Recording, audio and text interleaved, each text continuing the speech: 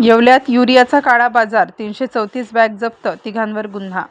Urea खताच्या काळाबाजाराप्रकरणी कृषी विभागाने येवला तालुक्यातील महालखेडा पाटोदा येथील कृषी सेवा केंद्रावर छापा कारवाई करून तब्बल 334 युरिया बॅगचा साठा जप्त केला. या प्रकरणी दुकानदारासह तिघांवर कारवाई करत फसवणूक व अत्यावश्यक वस्तू कायद्यान्वये तालुका पोलिसात गुन्हा दाखल करण्यात आला आहे.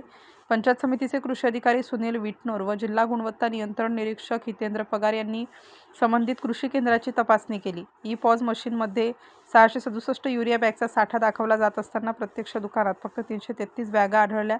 उर्वरित 334 बॅगांबाबत दुकानदाराकडून समाधानकारक माहिती मिळाली नाही.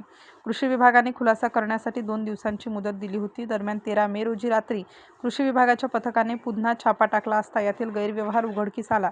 सटाणा येथील सचिन एजन्सीचे आनंद बंब यांनी ट्रान्सपोर्टरच्या मदतीने 667 बॅगांची खोटी बिल्टी तयार करून प्रत्यक्षात कमी साठा पाठवल्याचे समोर आले. कारवाई सुरू होताच उशिराने आणलेला 334 बॅगांचा साठा पथकाने जप्त केला. या प्रकरणी धनंजय छाजेड, जय दुर्गा कृषी सेवा केंद्र, महालखेडा, आनंद बंब, सचिन एजन्सी, सटाणा आणि नवीन शिंगी ट्रान्सपोर्ट मनमाड यांच्याविरुद्ध तालुका पोलीस ठाण्यात गुन्हा दाखल करण्यात आला आहे.